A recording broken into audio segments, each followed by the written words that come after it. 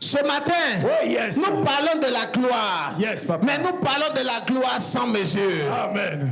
Il y a une différence entre la gloire et la gloire sans mesure. Amen. La Bible dit clairement que notre Père qui s'appelle Jésus-Christ a reçu l'Esprit sans mesure.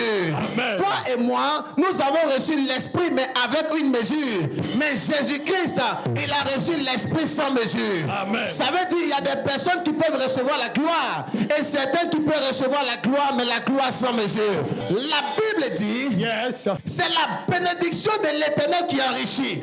Mais cette bénédiction, elle est suivie d'aucun chagrin. Ça veut dire qu'il y a plusieurs sortes de bénédictions. Mais celle qui enrichit vient de l'Éternel. Je prophétise cette bénédiction sur ta vie. Écoute-moi, ce matin, au son de ma voix, quelque chose va te localiser et va bouleverser ta destinée. Nous parlons de la gloire sans mesure. La Bible dit que dans le texte que nous venons de lire, Genèse chapitre 1 à partir du verset 6, la Bible dit, Dieu commença à créer les éléments, le ciel, la terre, et il commença à créer l'eau et tout ça.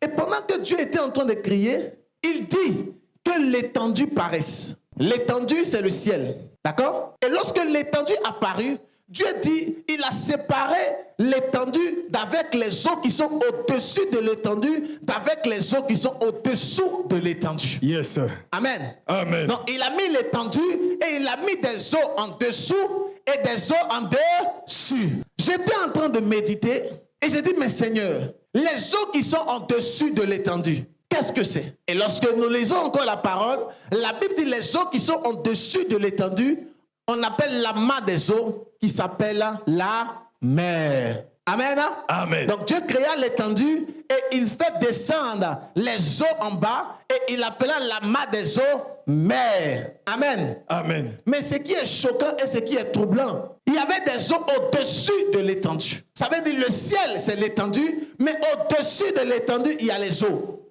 Est-ce que tu as déjà vu les eaux après le ciel? Même ceux qui ont l'habitude de prendre l'avion ici, quand tu prends l'avion après le ciel, tu n'as pas vu, il y a l'eau là-bas. Amen. Mais la Bible dit, au-dessus de l'étendue, il y avait des eaux. Et en dessous de l'étendue, il y avait également les eaux. Et les eaux qui sont en dessous de l'étendue, on l'appelle mer. Mais Dieu n'a jamais parlé des eaux qui sont au-dessus de l'étendue. Hey! Tu lis toute la Bible, tu ne verras jamais les eaux qui sont en dessus de l'étendue. Le problème, c'est qu'on voit les eaux qui sont en dessous, mais on ne voit jamais les eaux qui sont en dessus. Dis révèle papa. Révèle papa. Dans toute la Bible, tu vas lire la Bible, tu ne verras jamais des eaux en dessus. Et même quand tu continues la lecture, Dieu parle des eaux qui sont en dessous, mais il ne parle jamais des eaux qui sont en dessus. J'ai dit, Seigneur, il y a un problème. Il y a un problème. Et l'Esprit de Dieu a pris le temps de m'expliquer. Hey! Alors, les eaux qui sont en dessus de l'étendue. Yes, sir. Et les eaux qui sont en dessous de l'étendue. Et le ciel apparut. Yes, sir. Et je fais mes recherches, je demande à Dieu.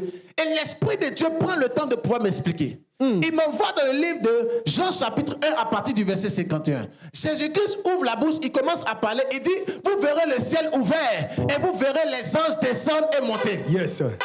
Le ciel sera ouvert et les anges vont commencer à monter et à descendre. Je vais dans le livre de Genèse, je vois qu'il y avait un homme qui s'appelait Jacob. Il dormait et il a vu le ciel ouvert. Il a vu des personnes monter et descendre. J'ai dit, mais Seigneur, qu'est-ce qui se passe? Lorsque nous lisons encore dans le livre de Matthieu, lorsque Jésus-Christ était dans les eaux du baptême, le ciel s'est ouvert et une voix est sortie du ciel et a dit, celui-ci est mon fils bien-aimé. L'Esprit de Dieu a commencé à me faire comprendre que lorsque nous voulons voir les eaux qui sont au-dessus de l'étendue, il faut que le ciel s'ouvre et que nous puissions voir les eaux qui sont en dessous de l'étendue. Tant que le ciel n'est pas ouvert, tu ne peux pas voir les eaux qui sont en dessous de l'étendue. Tu peux voir les eaux qui sont en dessous, mais les eaux qui sont en dessus, tu ne peux pas les voir. Parce que les eaux qui sont en dessus, il faut que le ciel puisse s'ouvrir. Or, tu sais avec moi que lorsque le ciel s'ouvre, c'est qu'il y a une bénédiction qui doit descendre. Lorsque le ciel s'ouvre, il y a une grâce, il y a une gloire qui doit descendre. Et Dieu a pris le temps de m'enseigner que les eaux qui sont au-dessus de l'étendue, c'est la gloire sans mesure qui doit tomber sur la vie des enfants de Dieu. Je prophétise ce matin que le ciel s'ouvre et que la gloire commence à tomber sur toi. Amen. Je pensais que tu allais t'éteindre de me dire amen bien fort que ça. Écoutez-moi. Yes. Les eaux qui sont en-dessus de l'étendue sont des eaux extraordinaires. Ce ne sont pas des eaux comme ce qui est sur la terre. Yes. La gloire sur la terre, c'est une gloire qui peut passer. C'est une gloire éphémère. Mais la gloire qui vient des cieux, c'est une gloire qui ne passera jamais. Amen. Et ce matin, ce qui tombera sur toi, ce n'est pas une gloire charnelle, mais une gloire spirituelle et extraordinaire qui te fera entrer dans les domaines d'activité dans lesquels tu recherchais. Amen. Je prophétise ce matin pendant que ta main doit t'élever, que tu reçoives une double onction au nom de Jésus. Amen. Dis les eaux qui sont au-dessus. Si nous voulons entrer dans la gloire sans mesure, il ne faut pas qu'on puisse regarder à terre, il faut qu'on regarde au-dessus. Amen. La gloire sans mesure ne vient pas d'en bas. La gloire sans mesure vient du dessus. Voilà pourquoi Dieu nous dit, il met l'étendue et il sépare les eaux qui sont en dessous d'avec les eaux qui sont en dessus. Parce que pour entrer dans la gloire et dans la faveur, ce n'est pas au-dessous, c'est au-dessus. Parce que celui qui va te bénir n'est pas en dessous, il est au-dessus. Amen. Amen. Voilà pourquoi Jésus-Christ a reçu l'onction sans mesure, l'esprit sans mesure, parce qu'il ne venait pas du dessous, il venait du dessus. Amen. Quand tu viens du dessous, ce que tu fais est limité. Mais quand tu viens du dessus, ce que tu fais est surnaturel et exceptionnel. Je prophétise ce matin une onction exceptionnelle sur ta destinée. Lève la main, toi, dis, je reçois cela. Je reçois cela. Il faut aussi que nous puissions comprendre des choses très claires. C'est que la gloire sans mesure ne vient pas par accident. Elle ne vient pas par hasard. Elle ne vient pas parce que tu as faim ou parce que tu es fatigué. C'est ça. La gloire sans mesure arrive dans la vie de quelqu'un lorsque cette personne commence à se tourner vers Dieu. Amen. Le problème, c'est que beaucoup d'enfants de Dieu se tournent vers la terre. Se tourner vers la terre, c'est commencer à regarder à ton frère, à ta soeur, à ton cousin, à ta cousine. Commencer à regarder à ton frère qui a une chef d'entreprise ou qui a une entreprise. Commencer à regarder à ton cousin, à ta cousine qui est sur la terre et qui est bien placé. Or, la Bible nous a dit clairement, malheur à celui qui se confie en l'homme. Alors, le Seigneur veut te bénir, mais il veut te bénir avec une gloire sans mesure. Yes. Beaucoup d'enfants de Dieu disent non, c'est pas bon de pouvoir donner la bénédiction aux enfants de Dieu, c'est pas bon de pouvoir prêcher la bénédiction, il faut qu'on puisse prêcher uniquement la sainteté, il faut qu'on puisse prêcher uniquement le salut. Écoute-moi, l'église s'appelle Sanctity of the Lord, ce qui signifie la sainteté de l'Éternel. Yes. Mais dans la sainteté, l'élément premier qui te permet d'être saint, c'est ta gloire. Amen. Parce que celui qui n'est pas dans la gloire est exposé. C'est ça. Celui qui n'est pas dans la gloire est porté à tout vent. Vérité. Et il peut faire des choses dont lui-même il ne se rendra même pas compte. C'est ça. La Bible dit qu'il y avait un homme qui s'appelait Samson. Samson était puissant, il était fort. Il était glorieux. Mais Samson est tombé. Il y a plusieurs généraux comme ça qui sont tombés. La Bible dit clairement dans le livre de 2 Rois chapitre 4, il y avait un prophète qui était prophète de son temps et prophète de son état. Mais il est mort pauvre. Très pauvre. Et le pire, c'est que les créanciers sont venus prendre ses enfants en esclavage. C'est ça. Moins eux, ils allaient épouser encore son épouse. Alléluia. Amen. La gloire sans mesure, elle est des éléments essentiels que tu dois avoir dans ta vie et dans ta destinée afin d'impacter ton entourage. Amen. Un enfant de Dieu qui ne reflète pas la gloire n'est pas bénéfique. Un enfant de Dieu qui n'a pas la gloire en lui-même n'est pas bénéfique. Vérité. La sainteté est essentielle pour toi et moi, mais la gloire, elle est vitale. Vérité, papa. Il faut que toi et moi, nous puissions entrer dans la gloire et dans la faveur. Amen. Il est impératif que nous puissions entrer dans une gloire extraordinaire. Amen. La bonne nouvelle, c'est que ce matin, l'Esprit de Dieu nous parle de la gloire sans mesure. Amen. La Bible dit, demandez-moi et je vous donnerai. Vérité. Demandez et je vous donnerai. Dieu dit, jusqu'à présent, vous n'avez rien demandé. Demandez afin que votre joie soit parfaite. Il y a un problème. Les gens nous ont dit que la joie ne dépend pas de ce qu'on a. Mais pourquoi Dieu nous demande afin que votre joie soit parfaite? C'est parce que Dieu sait que si tu n'as pas ta joie, sera imparfaite. Le problème, c'est que la gloire qui vient d'en haut, on n'arrive pas à le percevoir. Il faut que le ciel s'ouvre afin qu'il descende. C'est ça. Voilà pourquoi lorsque le ciel est ouvert sur Jésus-Christ, la voix est sortie et la voix a dit, celui-ci est mon fils bien-aimé. Parce qu'en réalité, ce n'est pas une voix qui parlait, c'était l'eau qui parlait. Hey! Mais comment? Parce que Jésus-Christ lui-même était dans l'eau. Et la personne qui pouvait effectivement changer sa destinée, c'était l'élément ou le milieu naturel dans lequel il se trouvait. Hey! Et parce que Jésus-Christ était dans l'eau, dans les eaux du baptême, le ciel s'est ouvert. Lorsque Jésus-Christ faisait des miracles et les signes, le ciel ne s'est pas ouvert. Mais lorsqu'il était dans l'eau, le ciel est ouvert. Pourquoi? Parce qu'il y a l'eau qui est au-dessous de l'étendue et l'eau qui est au-dessus de l'étendue. Si tu n'aspires pas à la gloire, il sera compliqué, voire impossible de pouvoir entrer dans la gloire. Et lorsque je parle de la gloire, je parle de tous les aspects de ta vie. Amen. Je parle de la gloire dans ta santé. Amen. Parce qu'un enfant de Dieu qui est malade n'est pas dans la gloire. Un enfant de Dieu qui est pauvre n'est pas dans la gloire. Amen. Un enfant de Dieu qui est dans la dépression n'est pas dans la gloire. Amen. Un enfant de Dieu qui a des soucis à gauche et à droite n'est pas dans la gloire. Amen. Il est dans la précarité. Il est dans la médiocrité. Or, toi et moi, nous ne sommes pas appelés à la médiocrité. Nous sommes appelés à quoi? À la gloire, mais à la gloire sans mesure. Souvenez-vous, à chaque fois que le ciel veut parler, les personnes se retrouvent généralement dans un milieu naturel. Lorsque le ciel veut s'ouvrir, des personnes sont dans des milieux assez spirituels. Souvenez-vous, il y avait un homme qui s'appelait Jacob. Et le ciel s'est ouvert également sur la tête de Jacob. Jacob était dans un milieu naturel. C'est ça.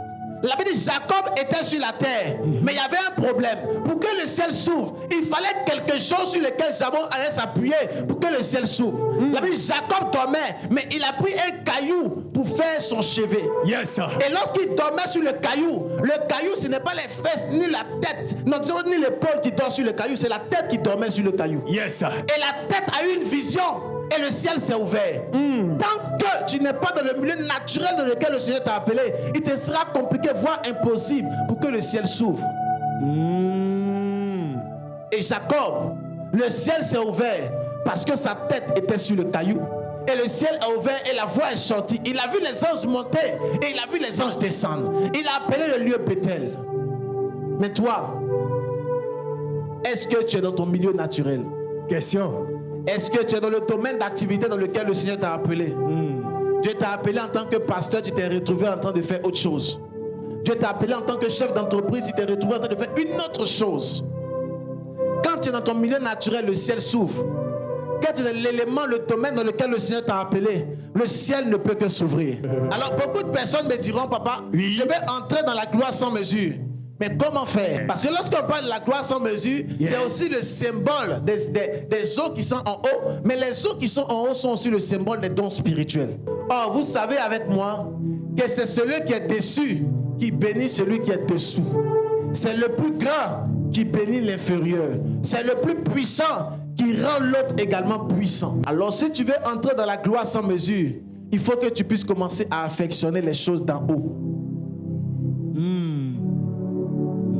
Si tu veux avoir la gloire sans mesure, affectionne les choses d'en haut. D'en haut. Matthieu chapitre 6, verset 33, tout le monde connaît ce passage.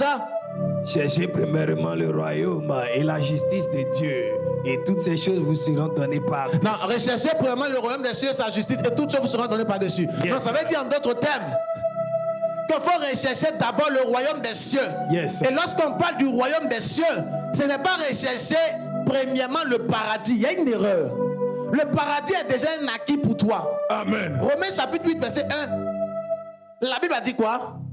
Il n'y a donc maintenant aucune condamnation pour ceux qui sont en Christ. Jésus. Amen. Amen. Donc, concernant le paradis, tu l'as déjà. Yes. Parce que tu es enfant de Dieu. Yes. La Bible dit rechercher premièrement le royaume des cieux et sa justice. Yes. Il n'a pas dit rechercher seulement Dieu. Il dit rechercher le royaume des cieux. Or, lorsque Jésus-Christ est arrivé sur la terre, il dit le royaume est descendu sur la terre. Donc Jésus-Christ était ici, mais le royaume des cieux était avec lui. Donc rechercher premièrement le royaume des cieux et sa justice, ça veut dire affectionner les choses d'en haut, afin que les choses d'en haut puissent vous donner la gloire et la faveur. Amen. Voilà pourquoi la Bible a dit, et toutes choses vous seront données par... Dessus. Par... Dessus. Non, ça veut dire c'est ce qui est dessus qui va descendre sur toi pour t'apporter la faveur et la grâce. Amen. Amen. Amen.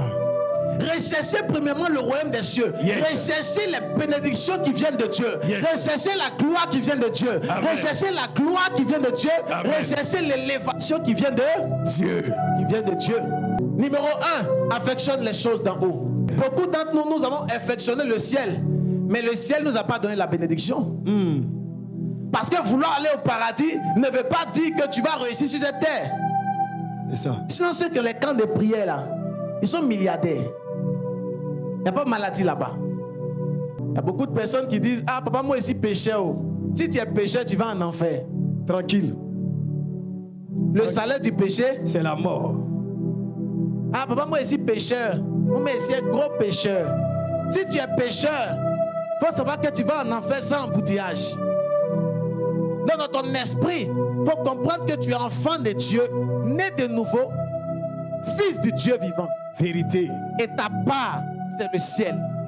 Tu monteras, tu descendras, c'est le ciel. Mais sur la terre, ce que Dieu a prévu pour toi, tu peux passer à côté. Du numéro 2. Numéro 2. Le deuxième élément qui favorise la gloire sans mesure. Lorsque tu commences à affectionner les choses d'en haut, il faut comprendre que les choses d'en haut ont des principes. Et l'un des principes fondamentaux qui fait en sorte que les choses d'en haut peuvent tomber sur toi, c'est la sanctification. Regarde bien ton voisin dans le blanc des yeux maintenant. Dis voisin, sanctifions-nous. Voisin, sanctifié. Ça, c'est la partie là que les chrétiens commencent à ne pas aimer. La gloire sans mesure tombera sur toi, c'est sûr et certain. Amen. Mais il faut affectionner premièrement les choses d'en haut. Et deuxièmement, il faut te sanctifier. Vérité. Lorsqu'on parle de la sanctification, on ne fait pas seulement allusion à ne pas coucher toutes les filles du quartier. On fait aussi allusion à la parole. Il faut garder ta langue en bride. Il ne faut pas que tu puisses déclarer et prononcer de vaines paroles de ta bouche. Parce que la bénédiction va descendre d'abord sur ta tête. Et lorsqu'on parle de tête, on fait également à la bouche. C'est l'huile qui coule sur la tête d'Aaron. Yes. Qui déverse sur ça. Baba. Et qui réjaillit sur le reste des corps, de vêtements, tout. Donc si ta bouche commence à dire des choses bizarres, la gloire ne peut pas tomber sur toi. Amen. La gloire sans mesure est quelque chose que Dieu a prévu pour toi et moi. Mais il a besoin qu'on puisse écouter et regarder ces deux principes. Regarder au ciel et garder sa langue en bride. C'est ça. Se sanctifier. Au 21e siècle, la sanctification est devenue comme le diamant. C'est rare, voire impossible. Souvent, tu es en train de conduire un véhicule et tu entends des mots terribles. Juste parce que tu as fait une mauvaise manipulation ou juste parce qu'il t'a dépassé, tu commences à dire des grossièretés. Tu dis non, oh, c'est sur la route. Ça, c'est rien ça. Pourtant, les anges de Dieu sont avec toi. Et les anges de Dieu ont entendu les paroles que tu déclares. Souvent, ta femme de ménage a fait quelque chose de bizarre. Toi-même, tu es trop bête même. Et demain, je t'adore, Saint-Esprit. Je te lève, Saint-Esprit. Bon, je t'adore, là va quitter où ça? Et c'est quelle bénédiction qui va tomber sur toi? C'est l'esprit de bêteté qui est dans la maison. Parce qu'il faut que tu puisses comprendre que la gloire ne peut pas tomber sur toi par hasard. La gloire va tomber sur toi à cause de ces deux principes. Regarder au ciel et se sanctifier. Amen. Si tu sanctifies ta bouche, la gloire ne pourra que tomber sur toi. Amen. Et l'élévation ne pourra être sur ta destinée. Amen. Dieu lui-même, il veut que tu sois béni. Le problème, c'est que nous pensons que Dieu ne veut pas nous bénir. La première personne qui veut t'élever, c'est Dieu. Amen. Il veut t'élever, mais il veut t'élever à une dimension extraordinaire. Amen. La sanctification. Vérité. Population de Côte d'Ivoire, voici le programme qui à coup sûr marque la fin du regret pour installer les destinées dans le projet de Dieu. L'église Sanctity of the Lord organise un programme de gloire et d'onction prophétique. Viens recevoir l'onction qui te permet de régner en 2022 avec comme principal orateur le prophète des nations, le prophète Ange Josaphat. Situé au rond-point de Fekese, route de Bergerville, au carrefour mauritanien cité Oriba. Point de ramassage, Koumassi Grand Carrefour. Abobo PK18 Pharmacie Safi, Yopougon Figayo. Téléphone, plus 225 05 44 13 85 85.